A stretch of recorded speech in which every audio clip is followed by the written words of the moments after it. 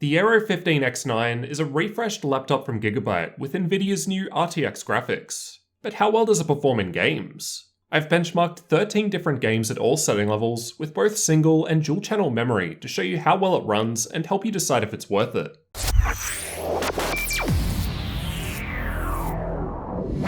Just quickly before we jump into the benchmark results, I'll cover off the specs in my unit. There's an Intel i7-8750H CPU and Nvidia RTX 2070 Max-Q graphics. I'll be comparing this to the 1070 Max-Q in a future video, so get subscribed for that one. For the memory, my unit came with 16GB in single channel, but it's also available with 2 sticks in dual channel at 32GB, so I've tested both configurations so you can see the performance difference and decide which to get. I've tested with Gigabyte's AI feature disabled, so it's performing just like a standard laptop, but I'll investigate the performance difference with and without the AI enabled in a future video. I was running Windows 10 with the latest Nvidia drivers available from Gigabyte, so let's see how well it runs. Fortnite was tested with the replay feature. The graphs can be a little confusing when there's so much data, so I'll spend some extra time covering this one. Basically, I've got the setting levels used along the side, so low, medium, high, and epic settings. The blue bars represent dual channel memory, while the purple bars show single channel memory. While this game was easily playable at all settings with single channel memory, dual channel was giving a 23% improvement to average FPS at epic settings. Overwatch was tested playing in the practice range, and in terms of average FPS at epic settings, there was only a 7% improvement. However, this was much larger at lower settings. For example, with low settings, dual channel was averaging 37% higher average frame rates. But again, the game was easily playable at max settings with either configuration. Battlefield 5 was tested in campaign mode and not in multiplayer mode, as it's easier to consistently reproduce the test run.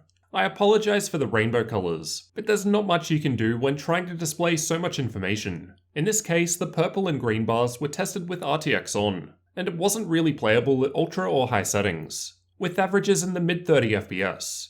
Medium and low were okay though, both averaging above 60 FPS. In my personal opinion, ultra settings with RTX off both looks better than lower settings with RTX on and performs better too. Shadow of the Tomb Raider was tested with the built-in benchmark, and this test was able to average above 60 FPS even with the highest settings in single channel, but going to dual channel did improve average frame rate by 22%, with up to a 43% improvement seen with the lowest settings. CSGO was tested using the Electrical benchmark, and this test saw a huge difference between single and dual channel memory. With all settings maxed out, there was a 42% improvement to average FPS with dual channel, shown by the blue bar right at the top of the graph. Rainbow Six Siege was tested with the built-in benchmark, and again there was a fair improvement with the dual channel memory here, though realistically, very high frame rates from the X9 in either case. At ultra settings, there was a 35% improvement to average FPS with a dual channel memory configuration. And interestingly, the 1% low with dual channel was around the average FPS from single channel. Far Cry 5 was also tested with the built-in benchmark, and the results were quite decent for this game. Once again, a fair improvement from the dual channel configuration, shown by the blue bars. At ultra settings, there was a 16% improvement to average FPS with the dual channel memory. Assassin's Creed Odyssey was another that was tested with the built-in benchmark, and although I don't think this game typically needs a high frame rate to play, at ultra settings, dual channel was improving average performance by 32%, with a smaller 15% improvement to 1% low. Watch Dogs 2 is a demanding game, but even with single channel at ultra settings, I found it playable. However, we can significantly improve the average frame rate with dual channel. At ultra settings, there was a 38% improvement to average FPS, and a much larger 54% improvement to 1% low. Ghost Recon is another demanding game and was tested using the built-in benchmark.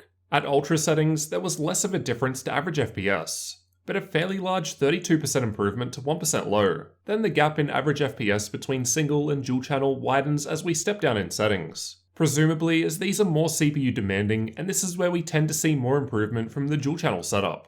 The Witcher 3 was tested with Nvidia Hairworks disabled, and it played fine on the X9 with either single or dual channel memory, even with ultra settings.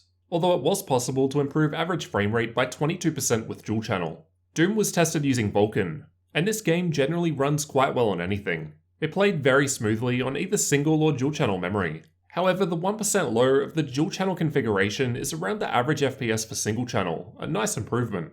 PUBG was tested using the replay feature, and like most other games tested, it was perfectly playable at max settings even with the single channel memory configuration. However, it was possible to boost average FPS at Ultra by 16% with dual-channel memory in use.